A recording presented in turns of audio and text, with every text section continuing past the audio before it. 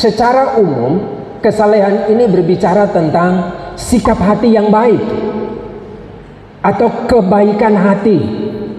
Ketika hati ini baik, maka yang muncul adalah hal-hal yang baik. Mengasihi sesama, suka membantu, suka menolong. Ya kan? Ini kan hal-hal yang baik. Siapa di sini yang nggak mau ditolong orang lain? Halo? Pasti kita semua merindukan ditolong orang lain. Amin. Bahkan kalau bisa setiap saat ditolong, mau makan disuapin, ya kan? Mau kemana-mana diantar, ya kan? Nah, kesalehan ini berbicara tentang semua hal yang baik, hal yang menyukakan orang lain, termasuk menyukakan Tuhan, ya kan?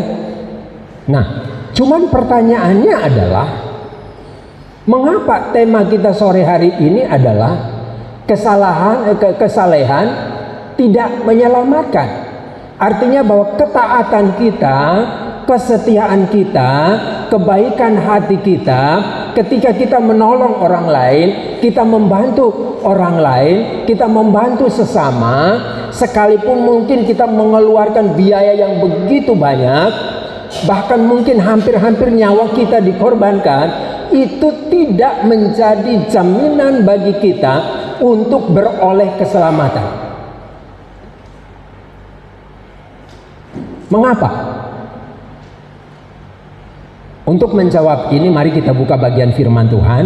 Kita mau belajar bersama-sama melalui kehidupan seorang tokoh yang sangat luar biasa. Dia seorang pemimpin agama Yahudi, ya. Dia dari kalangan orang Farisi. Bahkan dia juga punya kedudukan yang sangat luar biasa. Mari kita buka di dalam Yohanes pasal 3 ayat 1 sampai dengan ayatnya yang ke-10. Yohanes pasal 3 ayat 1 sampai dengan ayatnya yang ke-10. Ya, sudah ada tayangannya di depan. Ya, saya undang kita semua bangkit berdiri, kita baca ini secara responsoria, berbalas-balasan. Ya, saya baca ayat yang ganjil, Bapak Ibu sidang jemaat, ya. Saudara semua tolong baca ayat yang genap secara bersaut-sautan sampai dengan ayat yang ke-10, ya. Saya mulai duluan di bawah perikop yang diberikan oleh Lembaga Alkitab Indonesia, percakapan dengan Nikodemus. Ayat 1, adalah seorang Farisi yang bernama Nikodemus, seorang pemimpin agama Yahudi, kepada Yesus dan berkata, Rabi, kami tahu bahwa engkau datang sebagai guru yang diutus Allah. Sebab tidak ada seorang pun yang dapat mengadakan tanda-tanda yang engkau adakan itu jika Allah tidak menyertai dia. Yesus menjawab katanya, aku berkata kepadamu, sesungguhnya jika seorang tidak dilahirkan kembali, ia tidak dapat melihat kerajaan Allah. Kata Yesus kepadanya, bagaimanakah mungkin seorang dilahirkan kalau ia sudah tua? Dapatkah ia masuk kembali ke dalam rahim ibunya dan dilahirkan lagi? Jawab Yesus, aku berkata kepadamu, sesungguhnya jika seorang tidak dilahirkan dari air dan roh, ia tidak dapat masuk ke dalam kerajaan Allah. Apa yang dilahirkan dari daging adalah daging, dan apa yang dilahirkan dari roh adalah roh. Janganlah engkau heran, karena aku berkata kepadamu, kamu harus dilahirkan kembali. Angin bertiup kemana ia mau, dan engkau mendengar bunyinya, tetapi engkau tidak tahu dari mana ia datang, atau kemana ia pergi. Demikianlah halnya dengan tiap-tiap orang yang lahir dari roh. Nikodemus menjawab katanya, bagaimanakah mungkin hal itu terjadi? Ayat 10 kita bersama-sama. Jawab Yesus, engkau adalah pengajar Israel dan engkau tidak mengerti hal-hal itu. Amin. Silahkan duduk. Bapak Ibu Saudara sidang jemaat yang dikasihi Tuhan, bagian ini sangat menarik. ya, percakapan Tuhan Yesus dengan Nikodemus, ya. Tapi kita perlu tahu dulu ini, siapa si Nikodemus ini? Alkitab mencatat dia datang pada malam hari. Kenapa dia nggak datang siang hari? Iya kan? Tapi dia harus datang pada malam hari. Ini berarti ada sesuatu. Ada sesuatu yang menarik sekali sehingga Nikodemus perlu datang berjumpa dengan Yesus seorang diri secara pribadi. Kita biasa kalau mau datangin orang siang hari apa malam hari? Siang ya. Kalau malam hari itu kecuali kalau ada sesuatu hal, mungkin supaya nggak kelihatan sama orang lain, iya kan? Tapi umumnya orang pasti datang pada siang hari, ya kan? Nah, nama Nikodemus ini sendiri sebetulnya bukan nama sembarangan, ya. Namanya ini kalau dari terjemahan Yunani artinya penakluk orang-orang, ya. Penakluk berarti itu pemberani, ya. Tapi dia mau datang kepada Yesus. Dia seorang yang hebat, ya. Nama Nikodemus ini sebetulnya berasal dari dua kata, ya. Dari kata Nikos dan juga yang kedua demos. Nikos artinya pemenang, demos artinya rakyat atau bangsa. Sehingga kalau disebut Nikodemus berarti bangsa atau rakyat pemenang. Sehingga kemudian diterjemahkan dalam bahasa Yunani disebut penakluk orang-orang karena pemenang. Ini kan sesuatu yang sangat luar biasa. Yang namanya pemenang pasti nggak mau peduli dengan orang lain, ya kan? Yang namanya penakluk orang berarti dia nggak mau peduli, semuanya itu dia anggap rendah, anggap sepele, iya toh? Tapi ini sesuatu yang luar biasa, ya. Dia datang kepada Yesus. Dia datang berjumpa dengan Yesus. Berarti tentunya bagi dia ada sesuatu dalam diri Yesus yang perlu dia harus ketahui. Apakah dia datang untuk menaklukkan Yesus atau dia datang untuk mau belajar mendapatkan sesuatu dari Yesus supaya dia menjadi seorang yang lebih lagi. Nah, kita perlu tahu siapa ini Nikodemus. Di bagian awal tadi kita sudah melihat di situ dikatakan adalah di ayat yang pertama adalah seorang Farisi yang bernama Nikodemus, seorang pemimpin agama Yahudi. Seorang Farisi, seorang pemimpin agama Yahudi. Ya. Farisi ini merupakan salah satu kelompok yang paling sering berseteru dengan Yesus.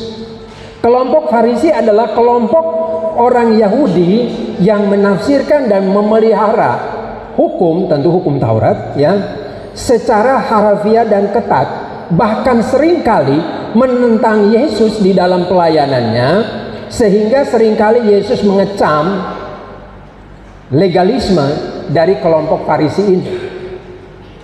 Kalau kita lihat di dalam Matius pasalnya yang ke-23 ayat 13, Yesus mengecam kelompok orang Farisi ini dengan mengatakan begini, celakalah kamu hai ahli-ahli Taurat dan orang-orang Farisi. Yesus mengatakan, hai kamu orang-orang munafik, karena kamu menutup pintu-pintu kerajaan sorga di depan orang, sebab kamu sendiri tidak masuk dan kamu merintangi mereka yang berusaha untuk masuk. Ayatnya yang ke-27 dikatakan lagi, celakalah kamu hai ahli-ahli Taurat dan orang-orang Farisi, hai kamu orang-orang munafik, sebab kamu sama seperti apa? Kuburan yang dilabur putih keras sekali, ya. Yang sebelah luarnya memang bersih tampaknya, tetapi yang sebelah dalamnya penuh tulang belulang dan pelbagai jenis kotoran. Dia seorang pemimpin, ya. Dia seorang yang terkenal dari kalangan orang Farisi. Tapi Yesus mengatakan apa? Hai kamu orang-orang yang munafik. Mereka belajar tentang hukum. Mereka memegang ketat aturan-aturan itu. Mereka hidup di dalam aturan-aturan itu. Mereka sangat menjunjung tinggi yang namanya hukum Taurat. Tetapi firman Tuhan mengatakan, mereka adalah orang-orang yang munafik. Yang kedua, ya, kita perlu tahu siapa ini Nikodemus. Di dalam Yohanes pasal 7 ayatnya yang ke-50 dan 51 itu dikatakan bahwa Nikodemus ini berasal dari golongan, ya, Sanhedrin. Ia termasuk salah satu anggota Sanhedrin, ya. Sanhedrin ini adalah sebuah lembaga penguasa orang Yahudi yang berfungsi sebagai pengadilan di bawah otoritas Romawi dalam kaitannya dengan hukum dan agama Yahudi. Nah, lembaga inilah yang pada akhirnya menjatuhkan hukuman terhadap Yesus. Namun mereka harus meminta izin dulu pada Pilatus, karena menurut hukum Romawi hukuman mati, karena Yesus kan dijatuhkan hukuman mati, ya, sehingga mereka harus minta izin dulu kepada Pilatus, ya, karena hukuman mati bukanlah wewenang dari kelompok atau anggota Sanhedrin ini, ya. Dan di situ diceritakan di dalam Yohanes pasal 50, ya, pasal 7 ayat 50 dan 51, bahwa Nikodemus ini bukan saja merupakan anggota Sanhedrin, tetapi ia merupakan anggota dari Sanhedrin Agung. Sanhedrin Agung, ya, yang berkedudukan di Yerusalem. Posisinya dia ini sangat luar biasa, ya. Ini terlihat di dalam Yohanes pasal 7, ya, ketika ia berperan aktif sebagai anggota Sanhedrin dalam memutuskan hukuman atas Yesus. Saat itu Nikodemus mengatakan bahwa seharusnya Yesus ini tidak diusir atau tidak dihukum sebelum mereka menyelidiki sendiri dengan mengatakan, Nikodemus ini mengatakan di ayat 51, apakah hukum Taurat kita menghukum seseorang sebelum ia didengar dan sebelum orang mengetahui apa yang telah diperbuatnya? Artinya bahwa apa? Nikodemus ini seorang yang hebat. Amin. Dia bukan orang yang biasa. Dia punya posisi. Dia punya jabatan. Dia punya pengaruh. Ya. Dia orang yang sangat luar biasa. Yang ketiga, siapakah Nikodemus? Nikodemus ini juga adalah seorang yang kaya. Ini terlihat pada saat Tuhan Yesus akan dimakamkan. Nikodemus membantu Yusuf Arimatea, ya, mempersiapkan penguburan Tuhan Yesus. Saat itu Nikodemus membawa campuran minyak mur dengan minyak gaharu untuk meminyaki Yesus, jenazah Yesus, ya.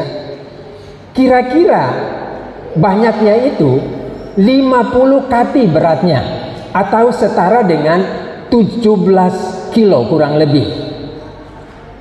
Itu tercatat di dalam Yohanes pasal 19 ayat 38 sampai 42. Dan itu minyak yang sangat mahal. Minyak yang sangat luar biasa mahal. Nikodemus membawa itu untuk merempah-rempahi jenazah Yesus sebelum pemakaman. Dari sini kita dapat mengetahui bahwa Nikodemus juga adalah seorang yang kaya. Nah, apa yang dilakukan oleh si Nikodemus ini? yang adalah seorang Farisi, yang adalah seorang pemimpin agama Yahudi, yang adalah seorang anggota dari Sanhedrin Agung, yang juga adalah seorang yang kaya. Apa yang dilakukan? Firman Tuhan mencatat, ya, Nikodemus datang pada waktu malam kepada Yesus untuk bercakap-cakap secara pribadi dengan Yesus. Saya mengira karena posisi dari Nikodemus inilah sebagai seorang tokoh yang sangat luar biasa, seorang tokoh yang terkenal, yang punya jabatan, yang punya pengaruh besar di kalangan orang Yahudi pada waktu itu, sehingga dia mengambil waktu pada saat malam hari karena dia mau berjumpa dengan Yesus secara pribadi. Amin. Supaya dia tidak terganggu. Dia punya waktu yang cukup untuk bercakap-cakap dengan Yesus. Karena sebelumnya dia sudah mendengar tentang apa saja yang dilakukan oleh Yesus, tentang perkara-perkara ajaib, tentang berbagai mujizat, tentang kebaikan Yesus, tentang pemberitaan mengenai kerajaan Allah yang disampaikan oleh Yesus. Sehingga Nikodemus merasa sangat perlu untuk berjumpa dengan Yesus secara pribadi. Sehingga di dalam percakapan mereka, inti percakapan dari Nikodemus dan Tuhan Yesus adalah mengenai hal kerajaan Allah, tentang kuasa Allah dan kehidupan yang kekal. Nikodemus memulai percakapannya dengan berkata begini, "Rabi, kami tahu bahwa engkau datang sebagai guru yang diutus Allah, sebab tidak ada seorang pun yang dapat mengadakan tanda-tanda yang engkau adakan itu jika apa? Allah tidak menyertainya." Amin. Tidak ada seorang pun yang dapat mengadakan tanda-tanda yang luar biasa itu, perkara-perkara yang ajaib itu, mujizat-mujizat yang engkau nyatakan itu, jika Allah tidak menyertainya. Inilah yang membuat, yang mendorong, yang menjadi pemicu bagi Nikodemus menanggalkan jabatannya, menanggalkan posisinya, kedudukannya, statusnya untuk datang berjumpa dengan Yesus. Amin. Karena menurut dia, Yesus ada dalam posisi yang lebih tinggi dari Nikodemus. Posisi Yesus itu di atas dari kedudukan Nikodemus, di atas jabatan Nikodemus, di atas semua pencapaian Nikodemus. Sebagai seorang yang kaya, seorang yang punya, Tuhan Yesus ada pada posisi yang lebih, sehingga Nikodemus harus datang kepada Tuhan Yesus. Bapak Ibu sidang jemaat yang dikasihi Tuhan, menariknya adalah ketika Nikodemus mengatakan kepada Tuhan Yesus, "Rabi, kami tahu bahwa engkau datang sebagai guru yang diutus Allah, sebab tidak ada seorang pun yang dapat mengadakan tanda-tanda yang engkau adakan itu jika Allah tidak menyertainya." Ini baru suatu pernyataan, baru suatu statement yang keluar dari diri Rasul Paulus, yang keluar dari diri Nikodemus. Amin. Tapi menariknya, Tuhan Yesus kemudian menjawab begini di ayatnya yang ketiga, "Aku berkata kepadamu, sesungguhnya jika seorang tidak dilahirkan kembali, ia tidak dapat melihat kerajaan Allah."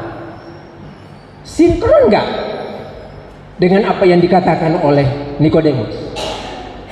Kira-kira cocok nggak? Kalau kita sebagai manusia Saya kira kita akan meresponnya berbeda dengan ini, dengan Tuhan Yesus meresponi apa yang dilakukan oleh yang dinyatakan oleh Nikodemus, ya. Mungkin kita bisa aja kita mengatakan, oh iya, kira-kira kamu tahu dari mana kok kamu bisa ngomong begitu? Paling tidak seperti itu ya. Kamu belajar dari mana atau siapa yang ngomong? Kok kamu bisa menilai saya seperti itu? Ya kan? Tapi Tuhan Yesus responnya berbeda. Tuhan Yesus langsung mengatakan kepada Nikodemus, aku berkata kepadamu, sesungguhnya jika seorang tidak dilahirkan kembali, ia tidak dapat melihat kerajaan Allah.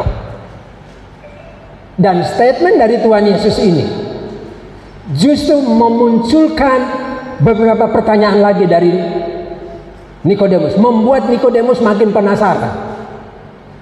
Apalagi ini yang Tuhan Yesus bilang, jika seorang tidak dilahirkan kembali, ia tidak dapat melihat kerajaan Allah. Di ayat selanjutnya Nikodemus berkata, ayat 4, bagaimanakah mungkin seorang dilahirkan kalau ia sudah tua? Dapatkah ia masuk kembali ke dalam rahim ibunya dan dilahirkan lagi? Ini kan suatu statement yang sangat aneh kan, dalam pandangan manusia. Saya kira Nikodemus mewakili kita semua. Tidak mungkin kan seorang sudah besar, ya, seperti kita, bisa masuk lagi ke dalam rahim seorang ibu untuk dilahirkan kembali, ya kan? Tidak mungkin kan? Dan inilah respon dari Nikodemus. Bagaimana mungkin? Kita ingat siapa Nikodemus? Dia seorang Farisi, seorang ahli Taurat. Amin. Dia seorang pengajar, guru, seorang pemimpin agama Yahudi yang belajar tentang hukum Taurat, yang mengajarkan tentang hukum Taurat. Tapi ketika dia berhadapan dengan Yesus, Yesus mengatakan, tidak bisa. Kalau mau masuk ke dalam kerajaan sorga, harus dilahirkan kembali. Dan ketika Yesus mengatakan ini, dia malah tambah bingung.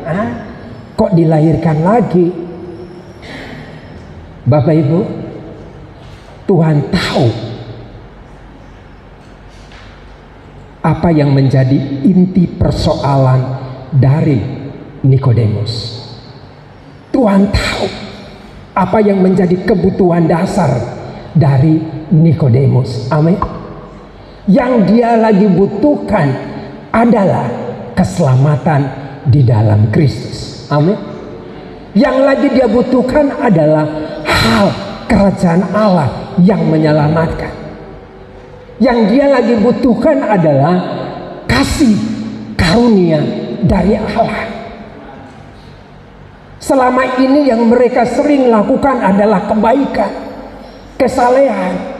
Ini menjadi dasar pijakan mereka, bahwa dengan semua perbuatan baik, dengan kesalehan mereka, dengan kebaikan hati mereka, mereka akan masuk ke dalam kerajaan surga. Tapi Yesus bilang, no, kerajaan surga itu tidak segampang yang engkau pikirkan. Amin. Untuk masuk ke dalam kerajaan surga tidak mudah seperti yang engkau pikirkan.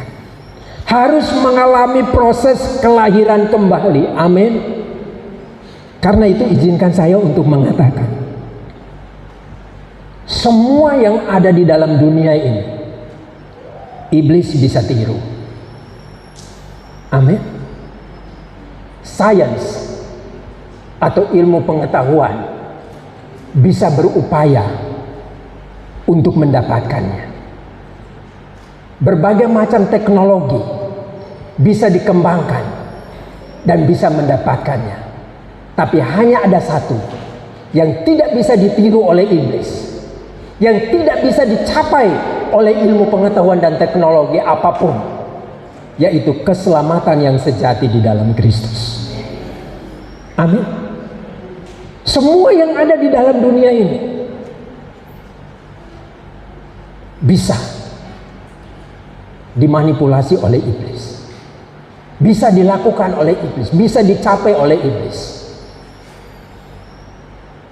dan bisa diupayakan oleh sains, ilmu pengetahuan dan teknologi. Tapi keselamatan yang sejati di dalam Kristus, tidak ada satupun yang bisa kecuali pengorbanan Kristus di Kalvari. Amin. Hanya melalui kematian dan kebangkitan Kristus kita diselamatkan. Ini yang perlu harus kita pegang teguh. Amin. Ini menjadi jaminan bagi iman dan pengharapan kita kepada Tuhan. Semua bisa kita lakukan. Semua kebaikan apapun bisa kita lakukan. Kesalehan berlapis-lapis bisa kita lakukan. Tapi ingat Bapak Ibu,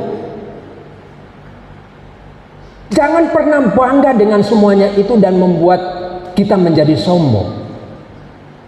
Karena kalau kita bisa berbuat baik, itu karena kasih karunia dari Tuhan, bukan karena kita bisa melakukannya.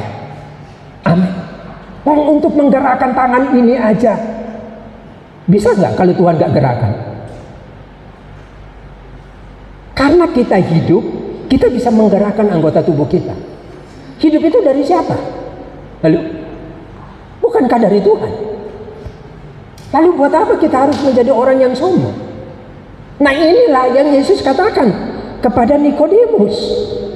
Engkau harus mengalami proses kelahiran kembali.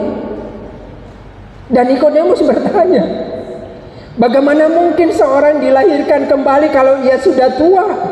Dapatkah ia masuk kembali ke dalam rahim ibunya dan dilahirkan kembali? Yesus menjawab, aku berkata kepadamu, bukan itu maksudku. Bukan harus masuk ke dalam rahim seorang ibu baru bisa dilahirkan kembali. Bukan itu. Tentu itu nggak mungkin. Amin. Kamu juga tahu kalau itu nggak mungkin. Yang aku maksudkan, kata Yesus, ya, adalah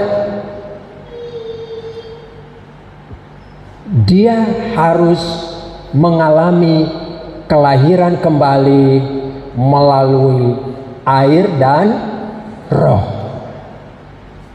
Amin.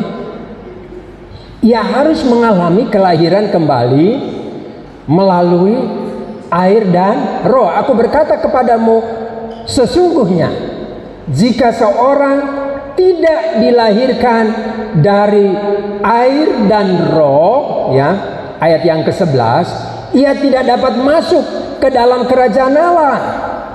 Sebab apa yang dilahirkan dari daging adalah daging, dan apa yang dilahirkan dari roh adalah roh. Janganlah engkau heran karena aku berkata kepadamu, kamu harus dilahirkan kembali. Angin bertiup kemana ia mau pergi, dan engkau mendengar bunyinya, tetapi engkau tidak tahu dari mana ia datang atau kemana ia pergi. Demikianlah halnya dengan tiap-tiap orang yang lahir dari roh. Apa artinya lahir dari roh? Lahir dari air dan roh. Banyak penafsir yang mengatakan bahwa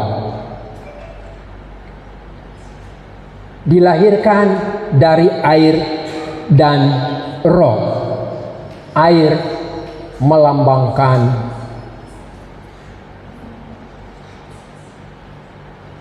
pertobatan melalui firman Tuhan. Amin. Kelahiran kembali oleh karya kebenaran firman Tuhan. Ketika kita percaya bahwa firman adalah ya dan amin, dan kita menyerahkan hidup kita untuk dikuasai oleh firman kehidupan, di situ tentunya kita mengalami suatu proses kelahiran kembali yang disebut dengan nama pertobatan. Amin. Tanpa pertobatan tidak ada seorang pun yang dapat melihat kemuliaan Allah. Dan yang kedua, dilahirkan oleh Roh Kudus. Roh Kudus melahirbarukan kita setelah kita melalui tahap yang namanya proses pertobatan. Amin. Tanpa pertobatan, seseorang tidak akan pernah mengalami yang namanya lahir baru. Jadi jangan dibalik, lahir baru dulu baru bertobat. No, bertobat dulu baru proses dilahirbarukan. Ketika kita mengaku percaya kepada Yesus, kita menerima Yesus sebagai Tuhan dan Juru Selamat kita, kita bertobat dan kita mengambil komitmen menyerahkan diri sepenuhnya ke dalam otoritas kuasa Tuhan, maka Roh Kudus dicurahkan. Roh Kudus mengambil alih, menguasai seluruh hidup kita, hati, pikiran, perasaan, keseluruhan hidup kita ada di dalam kontrol Roh Kudus. Disitulah proses kelahiran baru terjadi. Amin. Inilah yang Tuhan Yesus katakan kepada kepada Nikodemus. Tapi Nikodemus masih terus bertanya, bagaimanakah mungkin hal itu terjadi? Ayat yang ke-9. Bapak Ibu lihat di ayat yang ke-10, apa kata Yesus? Engkau adalah pengajar Israel dan engkau tidak mengerti hal-hal itu. Aku berkata kepadamu, sesungguhnya kami berkata-kata tentang apa yang kami ketahui dan kami bersaksi tentang apa yang kami lihat. Tetapi kamu tidak menerima kesaksian kami. Tidak ada pertobatan, yang ada adalah penolakan terhadap kebenaran yang sejati. Kamu tidak percaya waktu aku berkata-kata dengan kamu tentang hal-hal duniawi. Bagaimana kamu akan percaya kalau aku berkata-kata dengan kamu tentang hal-hal surgawi? Wow, Yesus mengecam secara luar biasa Nikodemus, karena Nikodemus nggak paham-paham. Nikodemus masih gagal paham. Tapi kasih karunia Allah tidak berhenti sampai di situ. Tuhan Yesus terus menyatakan kasih karunia-Nya.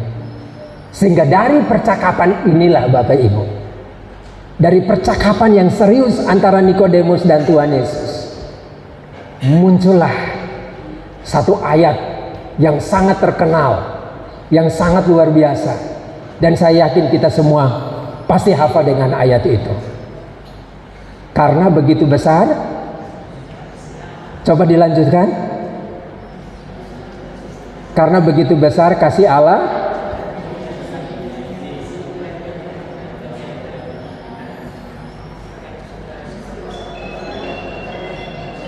kok suaranya kadang timbul kadang enggak sih?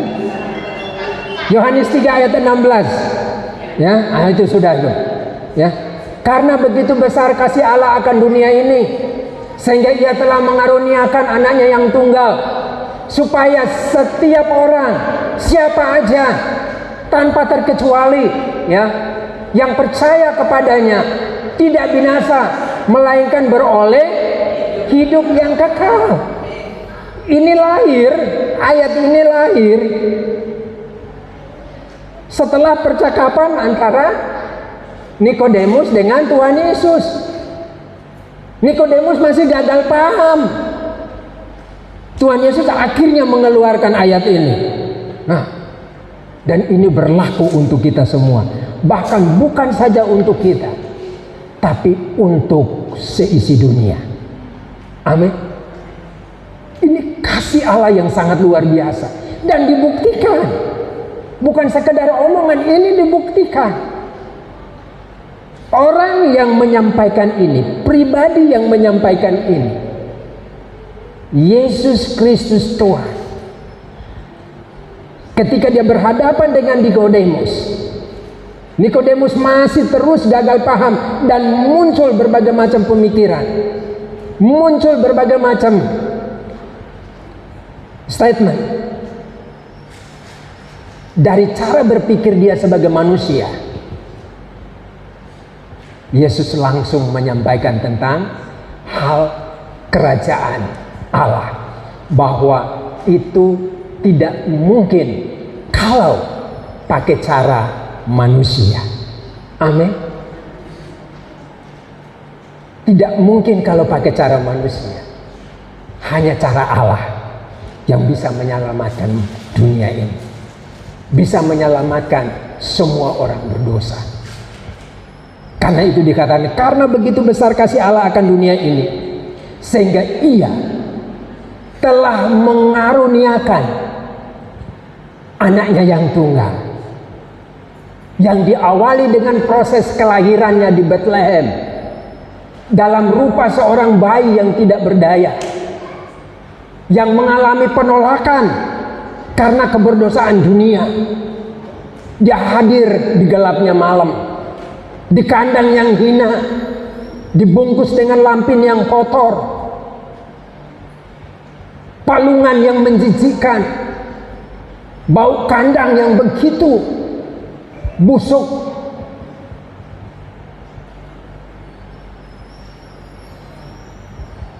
Dan itu belum cukup baginya. Penolakan dari manusia semakin tertuju kepadanya. Sekalipun yang diberitakan olehnya adalah kebenaran, kebenaran, kebenaran, kebenaran, kebenaran yang akhirnya dapat menyelamatkan dunia, tapi toh masih ditolak.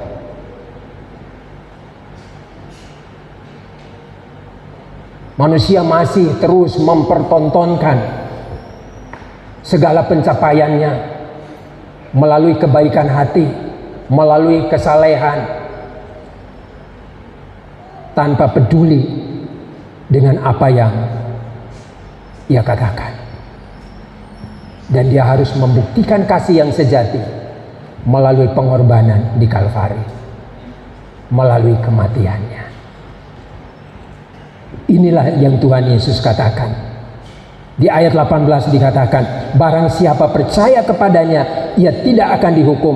Barang siapa tidak percaya, ia telah, bukan akan, tapi telah berada di bawah hukum, sebab ia tidak percaya dalam nama Anak Tunggal Allah. Bapak Ibu sidang jemaat yang saya kasihi, dan karena itu melalui perenungan sore hari ini, saya menarik beberapa kesimpulan. Ada dua kesimpulan. Yang pertama yaitu keselamatan kita tidak tergantung pada kesalehan kita, termasuk semua yang baik yang kita lakukan.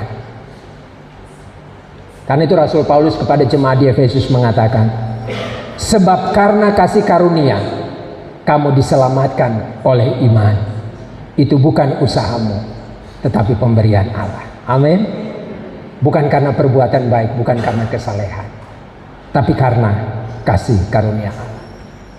Poin yang kedua adalah, kalau toh kita dapat melakukan sesuatu yang baik, ingatlah, itu bukan karena kita bisa melakukannya, tetapi karena kasih karunia Allah. Mengapa? Karena sejatinya tidak ada yang baik di dalam diri kita. Natur kita sudah berdosa. Kita adalah manusia berdosa. Roma 3 ayat 23 mengatakan, karena semua orang telah berbuat dosa dan telah kehilangan kemuliaan Allah. Hanya oleh kasih karunia-Nya kita dapat melakukan semua hal yang baik. Dengan demikian, tiap-tiap manusia kepunyaan Allah diperlengkapi untuk setiap perbuatan baik. Demikian yang dicatat di dalam 2 Timotius 3 ayat 17. Kalau kita bisa melakukan perbuatan baik, firman Tuhan mengatakan di dalam 2 Timotius 3 ayat 17, bahwa kita telah diperlengkapi untuk setiap perbuatan baik. Amin. Karena kita sudah diperlengkapi untuk setiap perbuatan baik. Jadi kalau kita bisa buat baik, ingat, kita sudah diperlengkapi untuk itu. Bukan karena kita bisa, amin. Bukan karena kita bisa berbuat baik, tapi karena kita sudah diperlengkapi. Mungkin kita masih belum paham dengan hal ini. Saya mau tanya,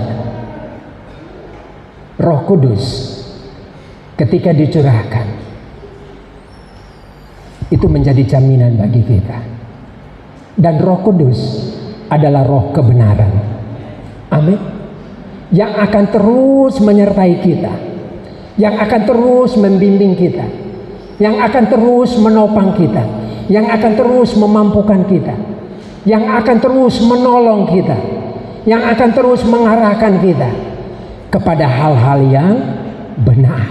Karena dia adalah roh kebenaran, termasuk perbuatan baik, rasa hormat terhadap sesama, ucapan bibir yang baik, yang menyenangkan hati Tuhan.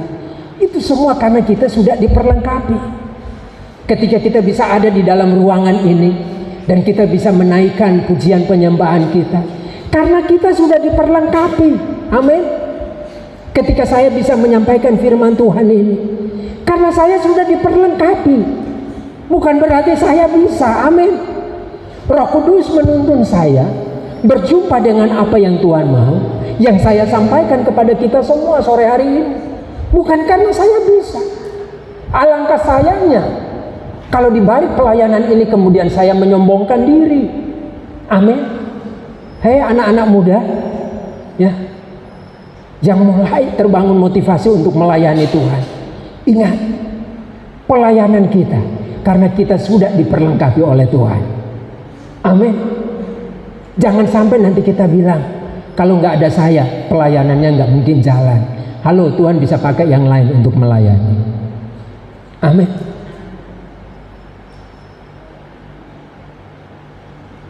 Kalau kita nggak bisa berbuat baik, Tuhan bisa pakai yang lain untuk berbuat baik. Karena itu bersyukurlah. Naikkan ucapan syukur terima kasih kepada Tuhan. Kalau sampai hari ini kita masih bisa berbuat baik, Tuhan terima kasih. Aku akhirnya bisa mendoakan dia. Terima kasih Tuhan. Kalau aku bisa membantu dia. Terima kasih Tuhan. Kalau aku bisa menolong dia. Terima kasih Tuhan. Kalau aku bisa mengajak dia untuk terlibat di dalam pelayanan. Terima kasih Tuhan. Kalau aku bisa mengunjungi dia di rumah sakit. Terima kasih Tuhan. Semua karena Tuhan mempercayakan saya untuk melakukan itu. Kalau kita sudah bisa sampai di titik itu Bapak Ibu, saya menjamin roh kesombongan itu akan jauh dari kehidupan kita. Dan di saat itulah Tuhan disenangkan. Amin. Tuhan disenangkan. Kesalehan kita merupakan bagian dari ungkapan syukur dan terima kasih kita kepada Tuhan. Bapak Ibu ingat yang dialami oleh Sakeus ketika Sakeus berjumpa dengan Tuhan. Setelah Tuhan bilang, Sakeus turun, aku mau nginap di rumahmu, aku mau menumpang di rumahmu. Sakeus terima Tuhan. Amin. Kemudian kita nggak tahu apa yang dibahas oleh Tuhan yang disampaikan kepada Sakeus. Tapi setelah percakapan itu, Sakeus berdiri dan mengatakan kepada Tuhan tentang perubahan hidup, perubahan sikap hati yang ada di dalam diri dia. Lukas pasal 19 ayat 8. Tetapi Sakeus berdiri dan berkata kepada Tuhan, Tuhan, setengah dari milikku akan kuberikan kepada orang miskin, dan sekiranya ada sesuatu yang kuperas dari seseorang, akan kukembalikan 4 kali lipat. Kekayaannya sudah dikasih 50%. Tinggal 50%. Kalau sampai ada yang dia peras dari orang lain, kalau ada orang lain yang diperas, dia mengambil keuntungan lebih dari pemungutan pajak, dia akan gantikan, kembalikan 4 kali lipat. Kalau memang benar itu terjadi Bapak Ibu, dari mana Sakeus akan hidup? Tidak ada lagi selain apa? Bergantung sepenuhnya kepada Tuhan. Amin. Inilah yang Tuhan mau. Jadi ketika kita bisa melakukan hal yang baik, itu semua karena anugerah Tuhan. Tuhan yang menggerakkan kita. Ya. Beda dengan seorang muda yang datang kepada Tuhan tanya, kira-kira apa yang bisa saya lakukan supaya saya bisa masuk ke dalam kerajaan surga? Tuhan bilang apa? Kasihilah sesamamu seperti dirimu sendiri. Tuhan bilang apa? Hormatilah orang tuamu. Ya kan? Jangan berbuat jahat. Lakukan hal-hal yang baik. Dia bilang apa? Semua itu sudah saya lakukan. Ya toh? Semua itu sudah saya lakukan. Dan Tuhan bilang apa? Ya sudah, kalau sudah, sekarang pulang, jual semua kekayaanmu, bagi-bagikan itu kepada orang-orang miskin, dan marilah ikut bersamaku. Apa yang dilakukan oleh seorang muda yang kaya ini? Dia tidak mampu melakukan itu. Hatinya masih melekat kepada kekayaannya. Amin. Pengiringan akan Tuhan. Tidak ada pilihan lain selain kita harus melepas segala-galanya yang tidak berkenan di hadapan Tuhan, dan kita datang bersama Tuhan. Amin.